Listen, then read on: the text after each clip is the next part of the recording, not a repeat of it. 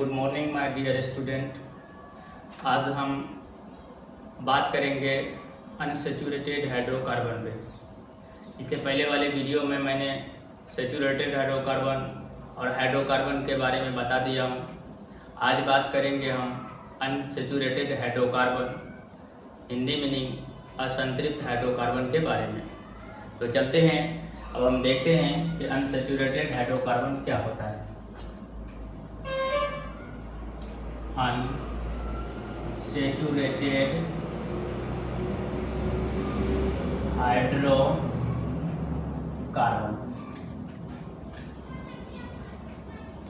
अभी आप देख रहे हैं यहाँ कि अनसैचुरेटेड हाइड्रोकार्बन के बारे में पढ़ रहे हैं।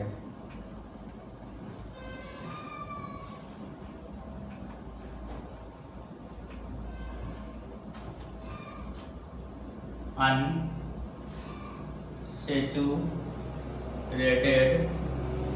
Hydrocarbon, unsaturated hydrocarbon Hindi meaning असंतृप्त हाइड्रोकार्बन। हिंदी में हम इन्हें असंतृप्त हाइड्रोकार्बन कहते हैं।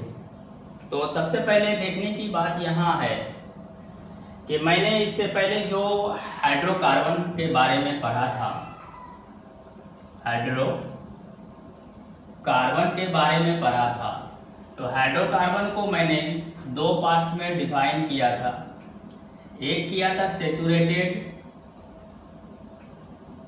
और दूसरा किया था मैंने अनसैचुरेटेड हाइड्रोकार्बन।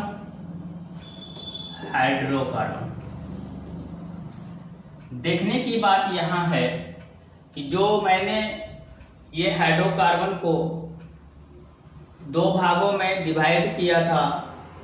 फर्स्ट वाला भाग था हमारा सैचुरेटेड और सेकेंड वाला था हमारा अनसैचुरेटेड। सैचुरेटेड के बारे में मैंने पढ़ लिया है कि सैचुरेटेड हाइड्रोकार्बन जो होता है वे हमेशा सिंगल बॉन्ड में होते हैं। That is called saturated hydrocarbon. अब हम बात करेंगे अनसैचुरेटेड हाइड्रोकार्बन, हिंदी मीनिंग असंतृप्त हाइड्रोकार्बन। तो चलते हैं, देखते हैं कि असंतृप्त हाइड्रोकार्बन क्या होता है। What is this unsaturated hydrocarbon?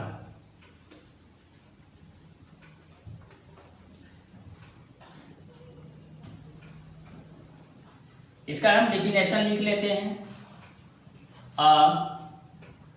असंतृप्त hydrocarbon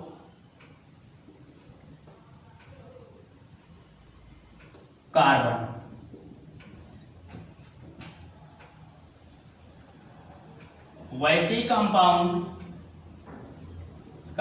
Hindi meaning of compound यौगिक, वैसी कंपाउंड वैसी यौगिक जो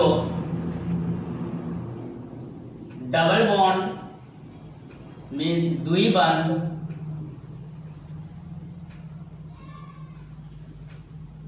और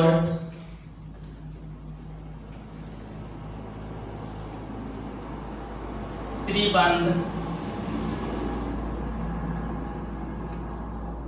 इन्हें हम त्रिआबंध या त्रिबंधन के नाम से भी जानते हैं और अंग्रेजी में इन्हें हम ट्रिपल बॉन्ड के नाम से जानते हैं। बॉन्ड बंधन से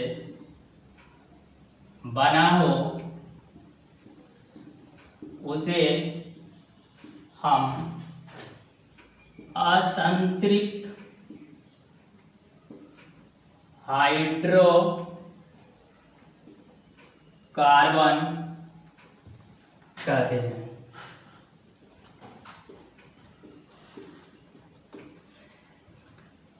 फर्स्ट ऑफ ऑल हम इसको समझ लेते हैं कि what is unsaturated hydrocarbon. Unsaturated hydrocarbon completed of double bond and triple bond. There are unsaturated hydrocarbon So unsaturated hydrocarbon completely double bond and triple bond. Sample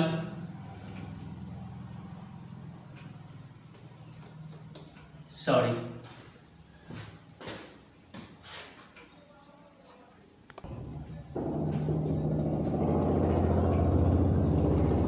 तो हमने देखा कि sorry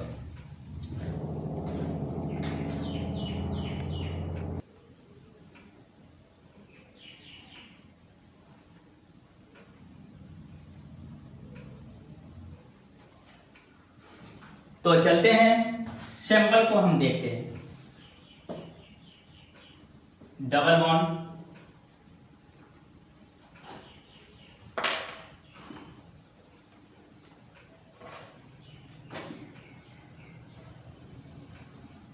double bond and triple bond, triple bonds. तो यहाँ देखते हैं कि असंतृप्त hydrocarbon जो होती है वह डबल बॉन्ड से और ट्रिपल बॉन्ड से बनी होती है। तो आप ध्यान रखेंगे कि ऐसी कंपाउंड या वह स्ट्रक्चर जो डबल बॉन्ड और ट्रिपल बॉन्ड से कंप्लीट हो, that is called unsaturated hydrocarbon. तो हम समझ गए होंगे। और एक बात और हम यहाँ देख लेंगे कि जो बॉन्ड होती है, ये बॉन्ड जो होती है जिन्हें हम बंध या बंधन या आबंध के नाम से जानते हैं, यह 3 प्रकार की होती है, सिंगल बॉन्ड, डबल बॉन्ड और triple bond. This is a single bond and this is a double bond and this is a triple bond. Single bond only one line and double bond there are 2 line and triple bond 3 line।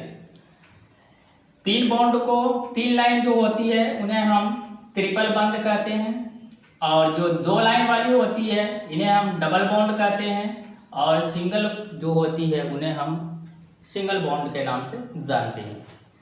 इन्हें हिंदी में हम एकल बंधन, द्वि बंधन और त्रिबंध के नाम से जानते हैं। अब यहाँ देखेंगे कि how many types of bond, there are 3 types of bond. First bond name single bond, second name double bond and third name triple bond. So these are types of bond. Use of single bond, saturated hydrocarbon, saturated hydrocarbon.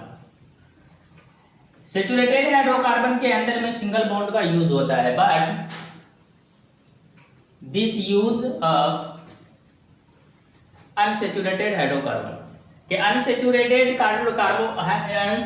Hydrocarbon के अंदर में ये दोनों bond का use होता है। आगे चलते हैं, हम देखते हैं। आप इन्हें नोट करते चलेंगे, कहीं छूट न जाए।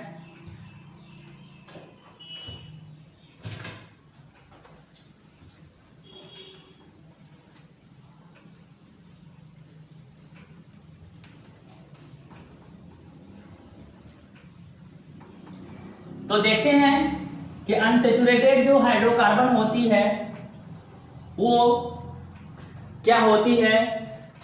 हमने डिफिनेशन देख लिया है। अनसैचुरेटेड हाइड्रोकार्बन,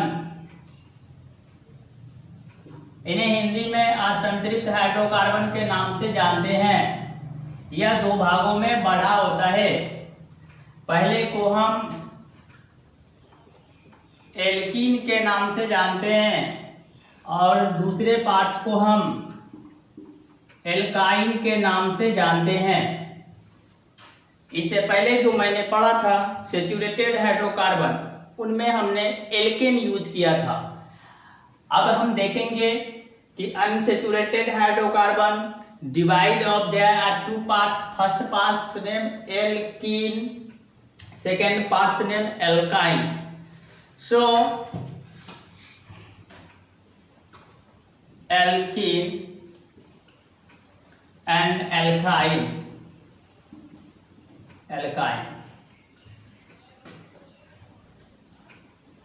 सेचुरेटेड हाइड्रोकार्बन के तरह इनके अंदर में भी बॉन्ड होती है, सफिक्स होती है।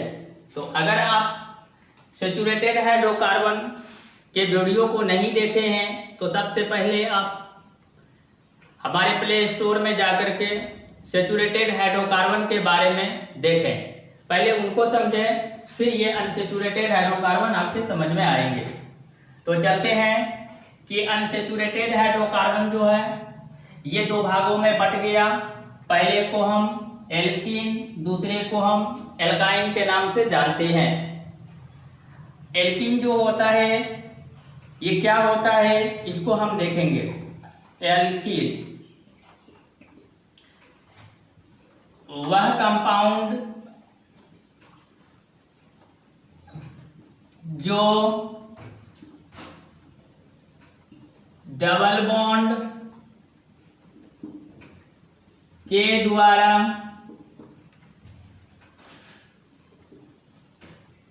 बना हो उसे हम एल्कीन के नाम से जानते हैं। तो हमने देखा कि unsaturated hydrocarbon divided of there are two parts. First part's name alkene, second part's name alkyne. What is alkene? This is a alkene. Hindi में वह कंपाउंड जो डबल बॉन्ड के द्वारा बना हो उसे हम एल्कीन के नाम से जानते हैं। Second definition alkyne. अब हिंदी में भी चाहे तो हम लिख देते हैं अल्काइन। देखना ये है कि अब एल्काइन क्या है। एल्केन में तो हमने समझ लिया कि जो डबल बॉन्ड के द्वारा स्ट्रक्चर बनी होगी that is called alkene. But what is the alkyne? Alkyne क्या होता है उसको देखेंगे। तो वह कंपाउंड जो ट्रिपल बॉन्ड के द्वारा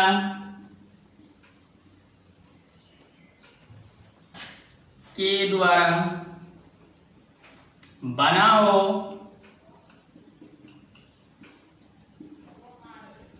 उसे हम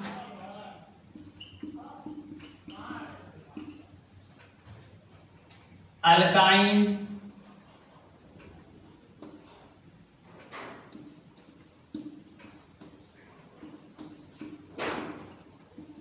के नाम से जानते हैं। अल्काइन वह कंपाउंड होता है जो ट्रिपल बॉन्ड के द्वारा बना हो उसे हम अल्काइन के नाम से जानते हैं। तो इससे पहले मैंने सेचुरेटेड में बताया था आपको कि सिंगल बॉन्ड के द्वारा जो बनता है एल्केन कहते हैं, और जो डबल बॉन्ड के द्वारा बनेगा उन्हें हम एल्कीन कहेंगे, और जो ट्रिपल बॉन्ड के द्वारा बनेगा उन्हें हम एल्काइन के नाम से जानते हैं। आगे चलते हैं, देखते हैं फिर। तो सबसे पहले हम यहाँ बात कर लेंगे सफिक्स की। तो एल्केन की बात करते हैं। एल्कीन, इसकी जो सफिक्स होती है, एल्कीन में बॉन्ड हो गया हमारा डबल। सफिक्स जो इसका बनता है वो ENE बनता है। ENE इसे हम इन के नाम से जानते हैं। सेचुरेटेड में हमने पढ़ा था ANE लगता है, N के नाम से जानते हैं। और अनसेचुरेटेड के अंदर में एल्कीन जो है, ये एल्कीन जो है इसे हम इनके जो सफिक्स बनते हैं वो इन बनती है, जो लास्ट में हमारा ENE लगता है। जैसे आप यहाँ से देखेंगे तो एल को हो गया और यहाँ से हमारा ENE जोड़ गया तो एल्कीन हो गया। उसी तरीका से हम यहाँ पर देखेंगे एल को हो गया और यहाँ पर हमारा YNE जुड़ा हुआ है, तो इसे हम एल्काइन के नाम से जानते हैं। तो सबसे पहले अब हम देखेंगे कि एल्कीन जो होता है वो डबल बॉन्ड के द्वारा बना होता है और इसका जो सफिक्स होता है वह इन होता है।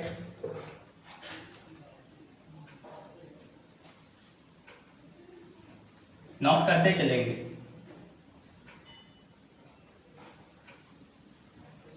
तो सबसे पहले बात हम एल्कीन की कर रहे हैं। तो एल्कीन में हमने क्या देखा, डबल बॉन्ड होता है और सफिक्स में हमने क्या देखा कि इन होता है। इनकी जो जनरल फॉर्मूला होगी, जनरल फॉर्मूला को हम हिंदी में सामान्य सूत्रेजा कहते हैं। इसका फॉर्मूला होता है CnH2n होता है। बस इतना ही आपको याद करके इसमें रखना है। एल्कीन बॉन्ड इसमें double suffix in general formula CnH2n, बस इतना ही याद करके आपको रखना है। तो हमने बॉन्ड देख लिया डबल और इसका जो सफिक्स है उनमें हम देख लिया कि इन होता है और इनके जो जनरल फार्मूला होता है वो CnH2n होता है। और एक बात और यहाँ याद करके रखने की है कि इनकी जो n इक्वल टू होती है, मतलब कि नंबर ऑफ कार्बन जो होती है वो 2, 3, 4, इसमें 1 से शुरू नहीं होता है, ये आप ध्यान रखेंगे। हमने सैचुरेटेड में पढ़ा था n equal to 1, 2, 3, 4, but this is no 1 equal to 1, n equal to 2, 3, 4। Carbon की जो यहाँ संख्या होंगी वो 2, 3, 4 इस तरीका से होंगी, न कि 1 से शुरू होंगी। 1 से कार्बन की संख्या 1 से शुरू होती है सैचुरेटेड हाइड्रोकार्बन के अंदर में। अब हम इनके कुछ जनरल फार्मूले लिखेंगे, कुछ इनके कॉमन नेम लिखेंगे और इनके कुछ IUPAC नेम हम लिखेंगे। तो चलते हैं, हम एल्कीन पे बात कर रहे हैं तो एल्काइन को हटाते हैं, नोट करते चलेंगे। अब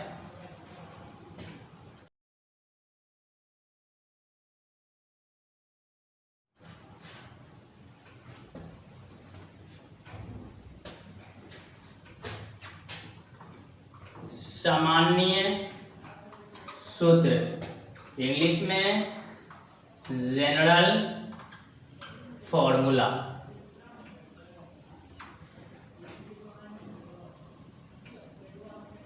कॉमन नेम और IUPAC नेम। अब हम यहाँ देखेंगे कि ये जो हमारा IUPAC नेम है ये क्या होता है। ये IUPAC नेम वह नेम होता है जो कि संशोधन के द्वारा international union of pure applied chemistry, इनके द्वारा जो नेम रखा जाता है उन्हें ही हम IUPAC के नाम से जानते हैं।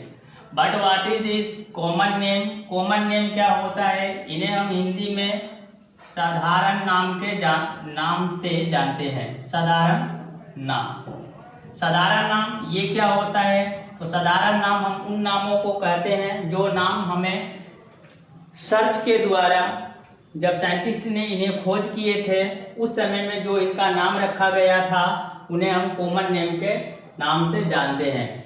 बट इन्हें जब ये रिसर्च सेंटर के द्वारा जो नाम मिला है उन्हें हम IUPAC नेम जानते हैं और इन्हीं IUPAC नेम के द्वारा हमारी पूरी केमिस्ट्री चलती है। पूरी केमिस्ट्री बनी है इसी नेम से। ऐसा क्यों होता है? तो साधारण नाम को और IUPAC नेम, जब साधारण नाम मिल ही गया था तो IUPAC नेम की क्या आवश्यकता थी? तो साइंटिस्ट जो थे उन्हें कॉमन नेम याद करके रखने में बहुत ही परेशानी हुआ करती थी, जिनके कारण वे IUPAC नेम का यूज किए थे। इनके बारे में हम आगे भी आपको बताएंगे कि what is common name and IUPAC name क्या होता है।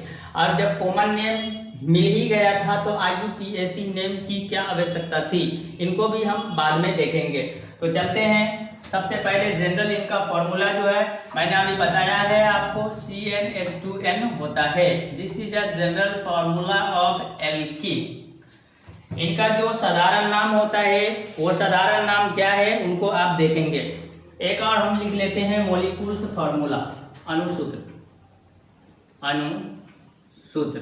इन्हें हम मॉलिक्यूल फॉर्मूला के नाम से जानते हैं। फॉर्मूला, कॉमन नेम, साधारण नाम, जनरल फॉर्मूला, यहां से आप देखेंगे। तो सबसे पहले मैंने लिखा अनसैचुरेटेड के अंदर में एल्कीन का जनरल फॉर्मूला, कॉमन नेम और IUPAC name and molecules formula जो हमारा अणुसूत्र कहलाता है उनको रखा है। यहाँ जो सामान्य सूत्र था CnH2n मैंने लिख डाला। अब एक चीज इसमें और आपको देखना पड़ेगा, जो n जो थी n इक्वल टू मैंने 2 3 4 लिखा, ये n क्या है? तो चलते हम यहाँ से लिखते हैं n इक्वल टू क्या होगा वो देखेंगे। तो मैंने अभी आपको बताया हूँ कि n की जो संख्या होगी वो 2 से शुरू होगी। तो यहाँ हम n की संख्या 2 रखेंगे। n का मतलब क्या होता है उसको समझिए। n ये क्या है? तो नंबर ऑफ कार्बन है, मतलब C का मतलब होता है कार्बन। कार्बन की संख्या कितनी होगी स्टार्टिंग पीरियड में? तो 2 होगी, 2 से कम नहीं होगी, इतना आप ध्यान रखेंगे। जैसे मैंने यहाँ पर लिखा है C2H4, आप कहेंगे सर CH2 होगा कि नहीं होगा? तो नहीं, ये नहीं होगा, क्योंकि कार्बन की संख्या 2 होनी चाहिए, यहाँ 1 है। तो इसीलिए आपको मैं बार बार कहता हूँ n इक्वल टू 2 लिखना है, 2 से शुरू करना है, 2 3 4 अब जो भी हो जाए। तो चलते हम यहाँ से देखते हैं। तो कार्बन की संख्या कितनी हो गई? 2। अब 2 कार्बन जो है इनका अणुसूत्र क्या होगा? तो अणुसूत्र में हम चलते हैं। अणुसूत्र आपका हो गया C2H4। अब ये 4 कैसे हुआ? यहाँ से देखिए CnH2n, अगर कार्बन 2 होगा तो हाइड्रोजन भी कितना है? तो 2 है। तो यहाँ भी देखिए नंबर मांगता है कार्बन का, तो कार्बन की नंबर संख्या कितनी हो गई? 2। और हाइड्रोजन में कितना था पहले से? तो 2। तो 2 और इसका 2, 2 2 4, तो C2H कितना हो जाएगा? 4 हो जाएगा। या आप ऐसा कर लीजिए सीधी, और ट्रिक जो है इसका ऐसा है, जैसे C2 तो हाइड्रोजन कितना होगा इसका? बस दुगना कर दीजिए। जैसे आपका C3 तो 3 का क्या करेंगे? दुगना कर देंगे, 3 दूनी 6। जैसे C4 क्या करेंगे? तो सीधा दुगना कर देंगे। तो 2 गुना करने से हमारा जनरल फॉर्मूला CnH2n आ जाता है। तो चलते हैं, अब हम देखते हैं कि इसकी जो मॉलिक्यूल्स फॉर्मूला है क्या है। तो C2H4 यहाँ है। तो C2H4 अगर मान लीजिए कि कहीं पे आपको लिखा हुआ है C2H4, तो आप इसका नाम क्या रखेंगे कॉमन नेम में? तो कॉमन नेम में हम इनका नाम रखेंगे इथिलीन।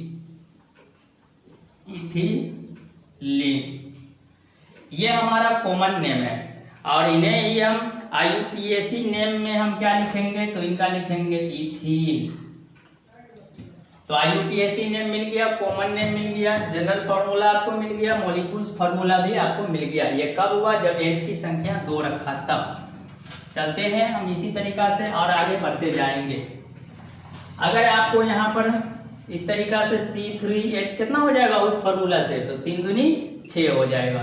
तो C3H कितना हो गया? 6 हो गया। अगर C3H6 कहीं लिखा हो तो आप इसका नाम क्या रखेंगे? तो चलते हैं हम इसका नाम रखेंगे। तो सबसे पहले हम IUPAC में रखते हैं। तो देखिए यहाँ पर 3 कार्बन है। 3 कार्बन को मैंने फर्स्ट रोज भी बताया है आपको, जिस रोज मैं सैचुरेटेड हाइड्रोकार्बन कर रहा था उसी दिन, कि 3 कार्बन जो होगा इसको हम प्रोप कहेंगे।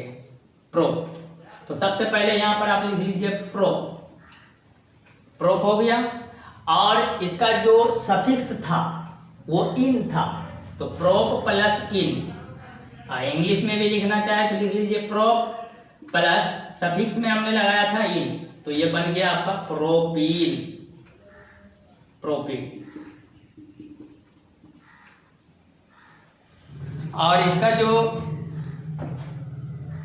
साधारण नाम होगा प्रोपिलीन। और इसमें कार्बन की संख्या कितनी होगी, तो कार्बन कितना रखा है 3, ये हो गया 3। उसी तरीका से हम आगे भी लेंगे। आगे हम बढ़ाते हैं, 3 के बाद यहाँ बढ़ा लेते हैं हम 4 बनाते हैं, C4H8 दुगना करना है। तो देखिए जब भी आपको C4H8 लिखा हो तो आप दिस इज अ कंपाउंड, इस कंपाउंड का what is the given name क्या इसका हो सकता है, तो दिस कंपाउंड्स नेम 4 कार्बन है। कितना कार्बन है, 4 कार्बन है। 4 कार्बन को हम ब्यूट बोलते हैं, ब्यूट। और यहाँ पर देखिए 4 दूनी 8 हुआ है, तो 4 दूनी 8 किस फार्मूला पर हुआ है, तो CnH2n पर हुआ है। तो ये CnH2n किसका जनरल फार्मूला है, तो एल्कीन का है। तो एल्कीन का सफिक्स क्या बनेगा, तो इन बनता है, तो ब्यूट प्लस इन, तो बन गया ये ब्यूटीन, ब्यूटीन। अब देखिए इसे अंग्रेजी में भी हम लिख देते हैं ब्यूटीन। अब इसका क्या बनेगा, कॉमन नेम क्या बनेगा, ब्यूटीन का, ब्यूटीन का कॉमन नेम तो ब्यूटिलीन, ब्यूटिलीन। आगे चलते हैं, कितना कार्बन मैंने रखा, तो 4 कार्बन रखा। क्या 5 कार्बन रख के देख लिया जाए। चलते हैं आगे की ओर। यहाँ हम 5 कार्बन को रख रहे हैं, 5 कार्बन। 5 कार्बन में क्या होना चाहिए वो देखिए। तो 5 कार्बन मैंने रखा है, इसका सबसे पहले हम मॉलिक्यूल्स फार्मूला बना लेंगे। तो कार्बन की संख्या यहाँ 5 हो गई, तो कार्बन यहाँ है, यहाँ कितना हो गया 5, तो कार्बन 5। अब देखिए हाइड्रोजन कितना है 2, और N कितने रखे हैं मैंने, तो 5 रखा है, तो 5 दूनी 10, तो बस सीधा हो गया 10। तो ये आप ऐसा फॉर्मूला पर भी बढ़ा सकते हैं, और नहीं तो आप 5 दूनी 10 ऐसा कर दीजिए। तो चलते हैं हम आगे की ओर, देखते हैं। तो हमारा यहाँ पर मॉलिक्यूल्स फार्मूला बन गया C5H10, और IUPAC नेम में जब हम आएंगे तो इनको देखेंगे कि 5 कार्बन को हम क्या बोलते हैं। तो 5 कार्बन को हम यहाँ से बोलते हैं पेंट। पेंट हो गया, किस फार्मूला से बना, तो इस फार्मूला से बना। इसका जो है किसका ये जनरल फार्मूला है, तो एल्कीन का है। एल्कीन का सफिक्स क्या बनता है, तो इन बनता है, इन बनता है। तो इन हम इसमें जोड़ देंगे, तो प्लस ENE, इन हो गया, तो बन गया ये पेंटीन, पेंटीन।